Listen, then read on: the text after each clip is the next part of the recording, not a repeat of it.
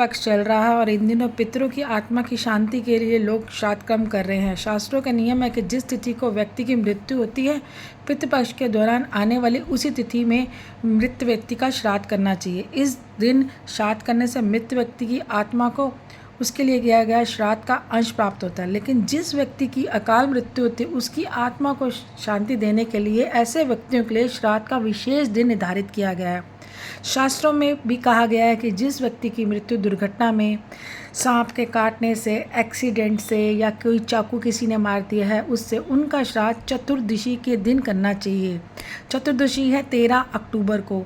इस वर्ष श्राद्ध की चतुर्दशी 13 अक्टूबर को है। इस दिन अकाल मृत्यु प्राप्त पितरों का तर्पण और श्राद्ध करने से उनकी आत्मा को शांति मिलती है। शास्त्रों में यह भी कहा गया कि अकाल मृत्यु प्राप्त व्यक्तियों की आत्मा की शांति के लिए इस दिन भगवत कथा का पाठ भी करना चाहिए। इससे अशांत आत्मा की मन की बेचैनी दूर हो जाती है। माना जाता है कि जिनकी अकाल मृत्यु होती है, उनकी आत्मा अपने निर्धारित आयु तक भटकती रहती है। अपने परिजनों से बिछड़ने का दुख उन्हें हमेशा सताता रहता है। बिहार के गया धाम व बद्रीनाथ के पास ब्रह्म कपाली में श्राद्ध करने से अकाल मृत्यु प्राप्त व्यक्ति की आत्मा को तत्काल उस जीवन में मुक्ति मिल जाती है और सद्गति भी प्राप्त होती है। कहा जाता है कि अकाल मृत्यु प्राप्त व्यक्ति की आत्मा की शांति नहीं होने पर वे परिवार के सभी सदस्यों को परेशान करते हैं। इनका तर्पण करना बहुत ज़्यादा ज़रूरी है। कल 13 अक्टूबर को चतुर्दशी का श्राद्ध किया जाएगा।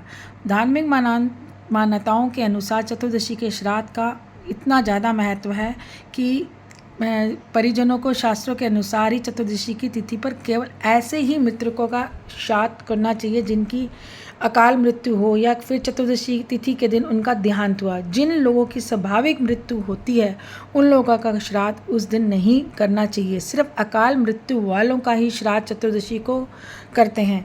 तो चलिए जानते हैं कि चतुर्दशी के श्राद्ध का क्या महत्व है और उसकी विधि के बारे में।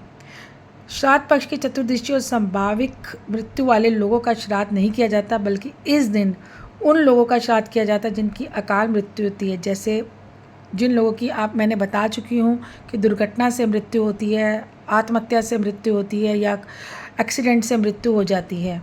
तो ये अश्विनी माह की चतुर्दशी तिथि को स्नान आदि करने के बाद श्राद्ध करना चाहिए।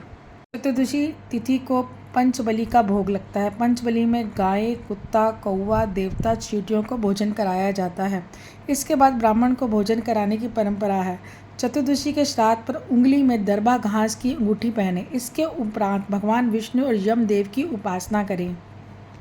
चतुर्दशी का श्राद्ध उन जवान मृतकों के लिए भी किया जाता है जो असमय मृत्यु को प्राप्त हो जाते हैं और जिनकी शादी नहीं हुई होती, वो उनका भी श्राद्ध चतुर्दशी को किया जाता है।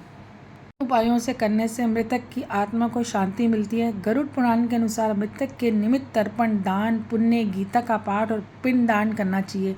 इन कार्यों को लगभग 3 सालों तक जरूर करें। अगर मृतक की कोई इच्छा अधूरी रह गई हो, उसे भी पूरा करने की कोशिश करें।